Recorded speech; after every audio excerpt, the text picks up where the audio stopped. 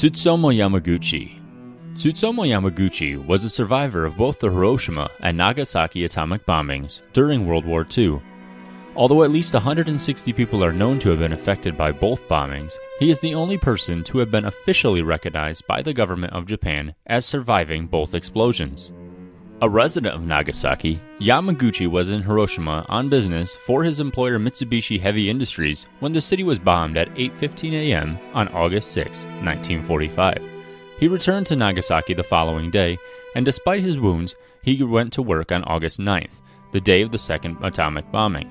That morning, he was telling his supervisor how one bomb had destroyed the city, to which his supervisor told him that he was crazy, and at that moment, the Nagasaki bomb detonated. The Ice Woman. Anna Elizabeth Johansson Bagenholm is a Swedish radiologist from Vänersborg who survived after a skiing accident in 1999, left her trapped under a layer of ice for 80 minutes in freezing water. During this time, she became a victim of extreme hypothermia and her body temperature decreased to 13.7 degrees Celsius, the lowest survived body temperature ever recorded in a human with accidental hypothermia. Bagenholm was able to find an air pocket under the ice, but suffered circulatory arrest after 40 minutes in the water. Bagenholm's case has been discussed in the leading British medical journal, The Lancet, and in medical textbooks. The 47-day raft ride from hell. Louis Zamperini had a lifelong history of turning crap into gold. When he was a juvenile criminal who constantly had to run away from things, he just honed his running ability until he represented America in the 1936 Olympics. He also stole an important Nazi flag from under the noses of Hitler's minions during the trip. He was that kind of guy. In 1943, World War II was raging, and Zamperini was a pilot on the Pacific Front. During a search and rescue mission, his plane crashed into a Japanese-controlled region of the ocean. Zamperini fought his way to the surface and was joined by two other survivors, Francis McNamara and Russell Phillips. A quick search of the still floating remains equipped them with 2 rafts, some paddles, a patch kit, and a little food. All this amounted to little more than a prolonged exposure death at sea, but they decided to brave it. Sharks floated alongside them like dogs, waiting for a treat, poking at the raft and even occasionally attempting to jump in. Zamperini and the others solved the problem by beating them with paddles whenever they approached. A Japanese bomber plane attacked them 6 times, firing and even dropping a depth charge at them. When McNamara died on day 33, the remaining 2 refused to resort to cannibalism and gave him an improvised funeral at sea, to the eternal joy of the beaten and battered sharks. On day 47, the 2 survivors finally found land. Too bad for them that said land happened to contain a Japanese POW camp. Having survived aquatic predators, crashes, exposure, gunfire, and the death of a comrade, Zamperini's reward was 2.5 years of near starvation and daily beatings at the hands of the Japanese. However, he not only persevered, but survived, and even forgave his abusers. Alexander Selkirk, a Scottish troublemaker. Sometimes in the olden days, nature was used to put people in a serious timeout.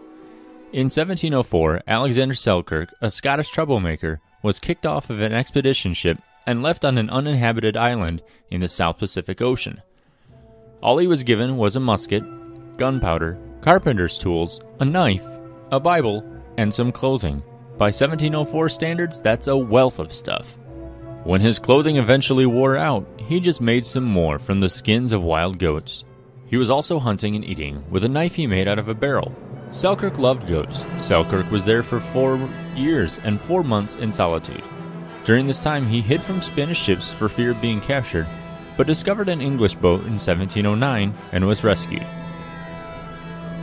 Mauro Prosperi survived 9 days in the Sahara Desert. Prosperi, a keen endurance runner, took part in the 1994 Marathon of the Sands in Morocco. Partway through the 6-day, 233-kilometer event, a sandstorm caused Prosperi to lose his way. He ended up disoriented and ran in the wrong direction, ultimately running several hundred kilometers into Algeria. After 36 hours, he ran out of food and water. He survived by drinking his own urine and eating bats residing in an abandoned mosque and the occasional snake found in the desert.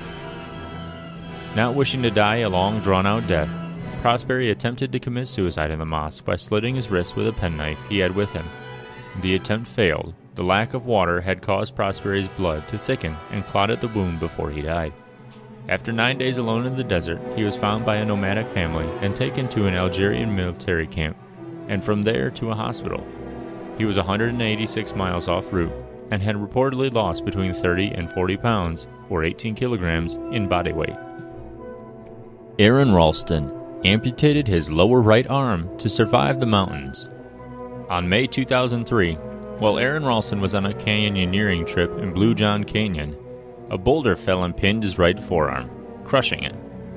After trying for 5 days to lift and break the boulder, desperation took him to great measures, like carving his name, date of birth, and date of death into the boulder, drinking his own urine because of lack of water, and videotaping his last goodbyes to his family. Finally, a dehydrated and delirious Ralston decided to bow his arm against the chockstone and snap the radius and ulna bones. Using a dull blade on his multi-use tool, he cut the soft tissue around the break. He then used the tool's pliers to tear at the tougher tendons. After Ralston was rescued, his arm was retrieved by park authorities and then removed from under the boulder. It was cremated and given to Ralston. He returned to the boulder and left the ashes there. Truman Duncan, cut in two by a train. Railroad switchman Truman Duncan fell off the front of a moving train car. He was swept underneath and cut in two. Despite losing both legs and a kidney, Duncan called the paramedics on his cell phone, survived a 45-minute wait, and then persevered through 23 surgeries. Joe Simpson conquered Sula Grande, dropped 100 feet into an ice crevasse, crawled 3 days. Joe Simpson and Simon Yates were the first to scale the west peak of Sula Grande in the Peruvian Andes. Disaster struck on the way down, and Yates was forced to let a badly wounded Simpson drop 100 feet into an ice crevasse. Simpson survived the fall and spent 3 days crawling back to base camp. Roy Sullivan, struck by lightning 7 times. Roy Sullivan was a Virginia forest ranger who had an incredible attraction to lightning, or rather, lightning had an attraction to him. Over his 36-year career as a ranger, Sullivan was struck by lightning 7 times and survived each jolt but not unscathed. His 7th strike put him in the Guinness Book of World Records. In 1942, the first lightning strike shot through Sullivan's leg and knocked his big toenail off. In 1969, a second strike burned off his eyebrows and knocked him unconscious.